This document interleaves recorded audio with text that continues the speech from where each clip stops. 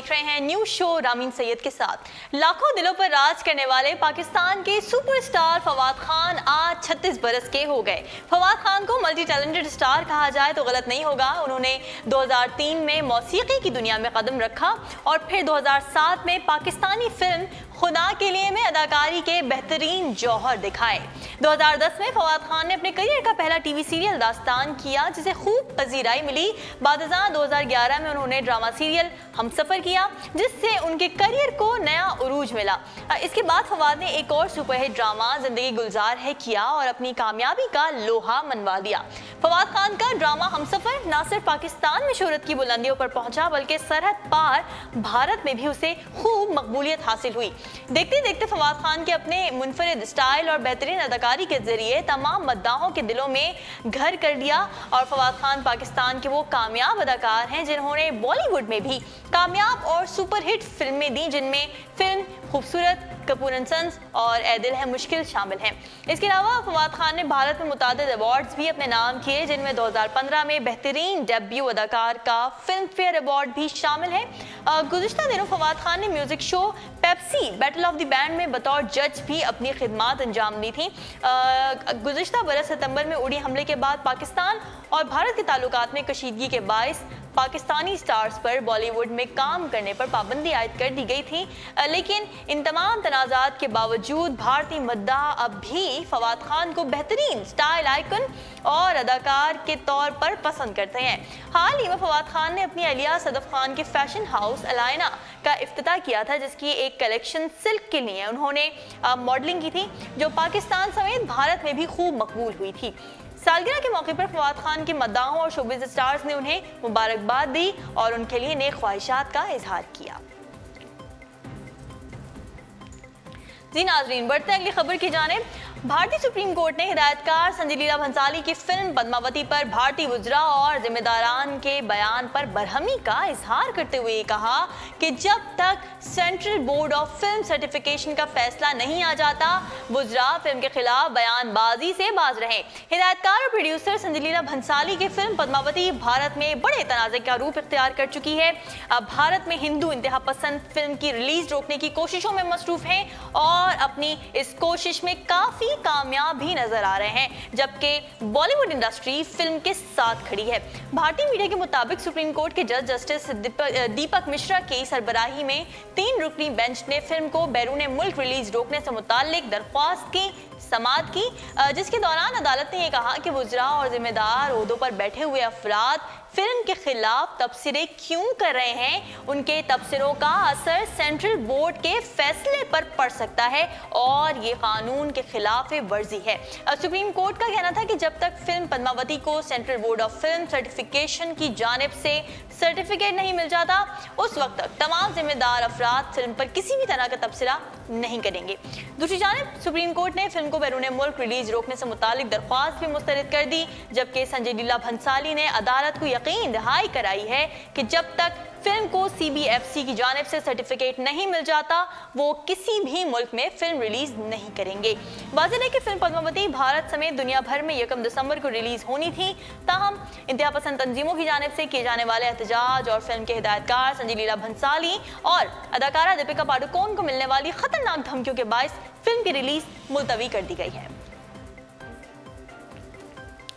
नाज़रीन, आपको बताएं कि ब्रिटिश म्यूजियम में कायद-ए-आज़म के मुजस्मे की तकरीब रोनुमाई मुनक़्क़िद की गई। बरतानवी मीडिया के मुताबिक ब्रिटिश म्यूजियम लंदन में कायद-ए-आज़म मोहम्मद अली जिन्ना के मुजस्मे की रोनुमाई हुई और तकरीब के मेहमान खुसूसी मेयर लंदन सादिक खान थे और इस मौके पर पाकिस्तानी हाई कमिश्नर सैयद इब्ने अब्बास भी मौजूद थे। मेयर लंदन सादिक खान ने तकरीब से खिताब करते हुए कहा कि इस मुजस्मे का मकसद बानिया पाकिस्तान मोहम्मद अली जिन्ना को खिराज अक़ीदत पेश करना है। बानिया पाकिस्तान का लिंकन्स इन में रखा जाने वाला मुजस्मा बरतानवी मुजस्मा साज फिलिप जैक्सन ने बनाया है। मेयर लंदन सादिक खान ने ट्विटर पर मुजस्मे के साथ तस्वीर शेयर करते हुए लिखा कि बानिया पाकिस्तान कायद-ए-आज़म मोहम्मद अली जिन्ना के मुजस्मे की रोनुमाई की तकरीब के सिलसिले में पाकिस्तानी हाई कमीशन में मदऊ होने पर फख्र महसूस कर रहा हूँ। नाज़रीन कहते हैं कि खूबसूरती किसी इंसान या चीज़ में नहीं होती बल्कि देखने वाले की आंखों में होती है। बस नज़र का जाविया और सोच दुरुस्त होनी चाहिए। ऐसा ही एक छोटे कद वाली लड़की के साथ हुआ जिसे लोग मजाक का निशाना बनाते थे, लेकिन अब वो सुपर मॉडल बन गई है। अमेरिकी रियासत नेवाडा की 21 साला ड्रियो प्रिस्टा का कद 3 फीट 4 इंच यानी 1 मीटर के लगभग है। वो भी आम इंसानों की तरह पैदा हुई थी, लेकिन उनका कद जो है वो आम इंसानों की तरह नहीं बढ़ सका। उसके घर का कोई भी फर्द इस जैसा नहीं था, इसी वजह से उसे बचपन से ही मजाक का निशाना बनाया जाता था। लेकिन छोटे कद की इस लड़की के ख्वाब बहुत बड़े थे। उसने कभी भी लोगों की बातों को अपने अज़ाइम की राह में रुकावट नहीं बनने दिया। अपने ख्वाबों को पूरा करने के लिए उसने लॉस एंजलिस का रुख किया। उसने मॉडलिंग के मैदान में कदम रखा और न सिर्फ फैशन इंडस्ट्री की रिवायात को तोड़ा बल्कि अपने ही जैसे दूसरे लोगों को भी अपने ख्वाब पूरे करने की राह दिखाई। ड्रियो प्रिस्टा का कहना यह है कि मैं चाहती हूँ कि फैशन इंडस्ट्री हर शख्स को कबूल करे, हर शख्स रैंप पर जलवागर हो, चाहे वो व्हील चेयर पर ही क्यों ना हो। नाज़रीन, फिल्म इंडस्ट्री में ऑस्कर अवार्ड दुनिया का सबसे बड़ा एजाज माना जाता है, लेकिन बरतानिया में एक गोरकन को मौत के ऑस्कर अवार्ड से नवाज दिया गया। बरतानिया में मार्टिन बॉस नामी गोरकिन आजकल सोशल मीडिया पर काफ़ी मकबूल है क्योंकि वो कब्रें खोद कर सालाना 25,000 पाउंड तक कमा लेता है, जो पाकिस्तानी करेंसी में देखा जाए तो तकरीबन 35 लाख रुपए बनते हैं। मार्टिन की खास बात यह है कि वो दीगर गोरकनों की तरह कब्र की तैयारी में मशीनों से कब्र तैयार करता है, क्योंकि मशीनों के इस्तेमाल से अतराफ की जगहों को नुकसान पहुंचता है।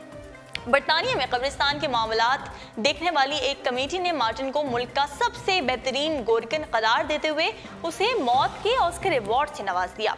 कमेटी के अरकान का यह कहना था कि मार्टिन जिस तरीके से कब्र तैयार करता है वो सबसे ज्यादा माहौल दोस्त है, इसलिए उसे इस अवार्ड का हकदार करार दिया गया है।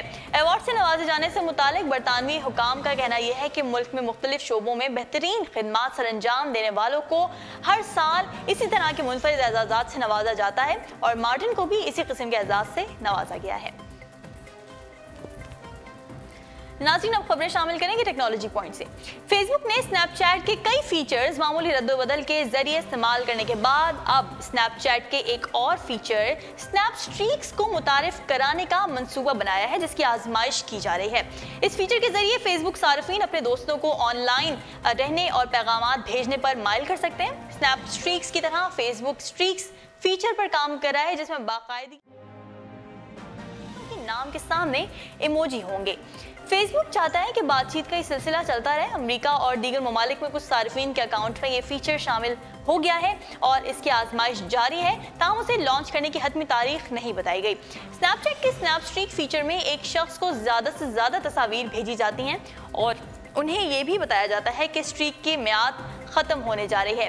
फेसबुक तर्जुमान ने कहा है कि इस फीचर के जरिए आप मैसेज करने वाले लोगों के बारे में दिलचस्प हकाइक देख सकेंगे और फेसबुक तर्जुमान के मुताबिक अगर आप किसी दोस्त को लगातार 3 दिन तक मैसेज करते हैं तो उसके नाम के सामने बिजली के कड़ाके की इमोजी आ जाती है और काउंटर से मालूम होता है कि आप इसके साथ मुसलसल कितने दिनों से चैट कर रहे हैं और हम जानना चाहते हैं कि आया लोग इसे पसंद करते हैं या नहीं, लेकिन इस फीचर के बारे में ज़्यादा तफसीलात नहीं बताई जा सकी।